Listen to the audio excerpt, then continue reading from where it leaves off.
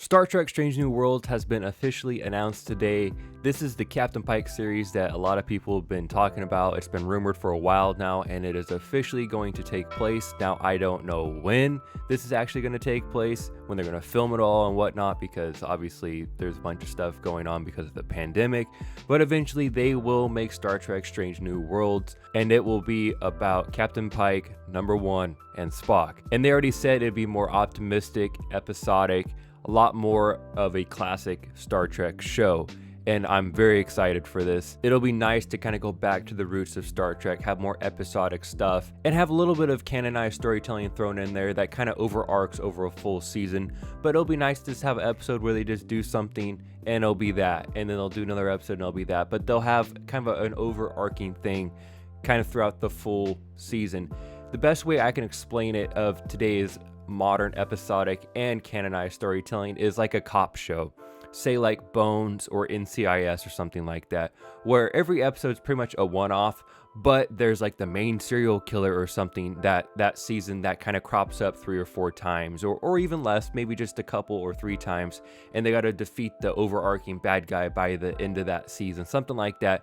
But you know, say 16 of the 22 or 17 of the 22 episodes that season are pretty much one-offs with just a little bit of hinting to the main overarching bad guy of that season. And I think that's what they're going to do here with Star Trek Strange New Worlds. It will be much more episodic and a lot more of a classic Star Trek, but just not as much as, say, the original series, because that really had no canonized storytelling at all. It was completely episodic, and I think just in modern day television that just doesn't work. It needs a little bit of overarching canonized storytelling, and I think that's what we'll get, but it just won't be as much, which is good because we have Discovery and Picard doing that type of storytelling, and we need a Star Trek to kind of rein it back a little bit and have more episodic stuff. And it's gonna be awesome having a Star Trek show back that's a little bit more optimistic, a little bit more about discovery, no pun intended, and just kind of that classic Star Trek feel where you feel like the world isn't ending every single time you tune into a Star Trek episode,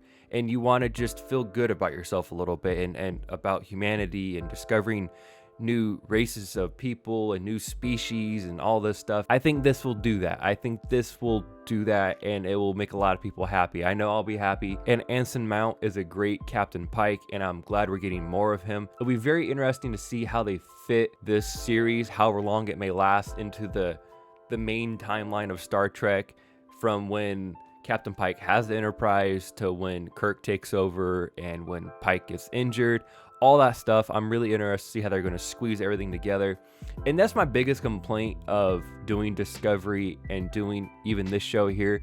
As enjoyable as they all have been, it's kind of like, why are we trying to squeeze everything into the 2260s and make sure everything fits into a timeline, which again, it's fine and they're enjoyable shows, and I get why some people want to go back to this era, but there's so many more eras of Star Trek that we haven't even touched yet that could be covered, and it would be interesting to cover. Now, this will be a good show. I have faith in it.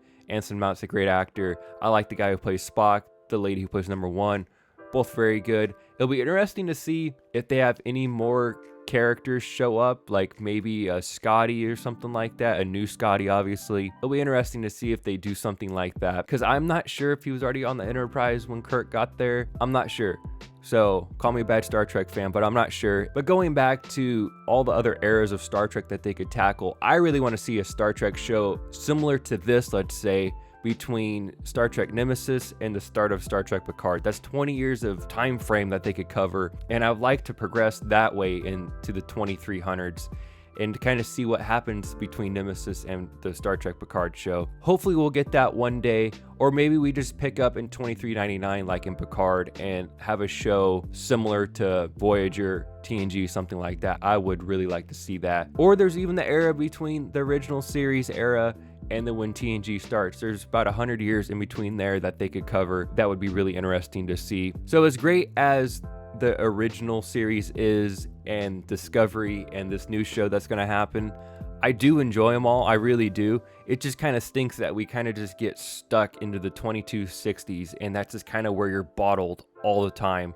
here recently with all the CBS All Access stuff. I know this may sound like a complaint. It's not. I'm very excited for this show. I do like Discovery, but I would just like to see some other eras, and you're just not bottlenecked to do something very specific and you have to do this, make sure you do that.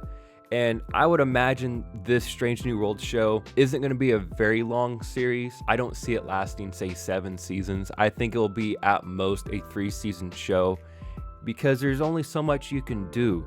I mean, there is a time frame you do have to follow from when Captain Pike goes back to the Enterprise to when Kirk takes over. So at most, I think they could do 5 seasons at most, and then you have to fit it into the time frame of Star Trek. And that is probably my biggest complaint about Discovery, is how I know it was a prototype ship or whatever that they tried to say, but how they had holograms and just everything felt so different compared to the original series. Now, I know technology is of course better today in making TV shows, and they wanted to do something more than, you know, just flickering lights and buttons that don't do anything. I get it, but I think they could have leaned a little bit more where it felt more like the original series when it comes to the technology that they use within the show, where they just kind of went whole hog in Discovery. And I know they kind of reined it back a little bit because a lot of people complained and it was a prototype ship and whatnot. But I would like to see it even kind of get reined back even a little bit more, where I know the bridge of the original Enterprise is not going to look the same. They already showed it off in Discovery, which is fine. It looks beautiful. It would be kind of nice to kind of just rein it in just a little bit more to make it really feel like more of the original era of Star Trek. And I think they do that, they'll be hitting the mark in all ways, and Strange New Worlds will be a very interesting show to watch. I'm just really excited to have another show to watch. Anson Mount's a great Captain Pike. I really enjoy the guy who plays Spock. Number One's also a very enjoyable character. I'm really excited to see more of them, and hopefully this means that we even get another Star Trek show in the making sometime in the future too, because this kind of feels like a real revival of Star Trek, and I'm not complaining. I'm so excited for it.